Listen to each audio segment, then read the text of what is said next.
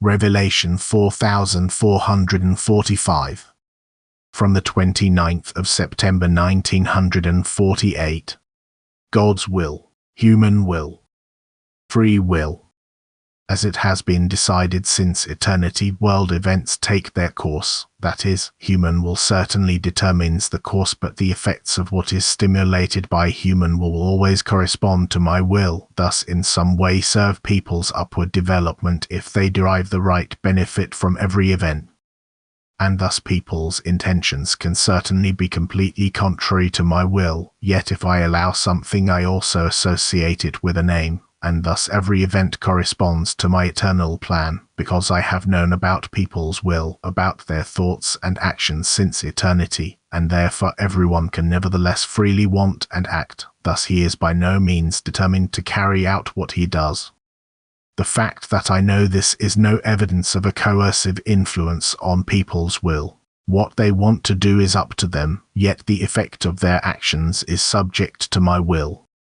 And thus people will accomplish things in the last days which characterize their material spirit. They will want to improve their earthly life and obtain pleasures, and therefore carry out actions which, however, will result in the opposite because I want it that way. Because I know that the realization of their plans only signifies complete spiritual decline, and thus I thwart their intentions in order to indirectly help them attain maturity of soul, even though only few recognize this, and the number of those who know about my plan of eternity and see my guidance in everything is also small.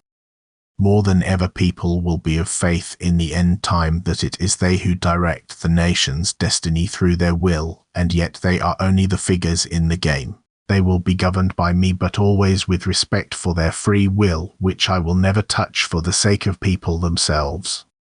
Thus, if people carry out an act which is not caused by love, if they strive for worldly advantages, if it contravenes Christian neighborly love or is expressed in hatred or unkindness towards their fellow human beings, then I will not prevent these actions. I will leave people free will thereto, but I will also demand responsibility from them for every deed or every thought which harms their fellow human beings in any way.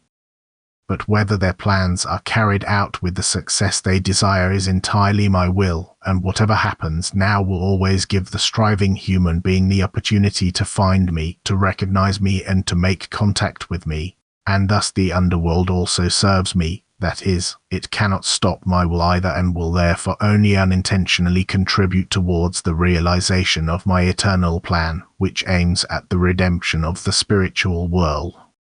Amen.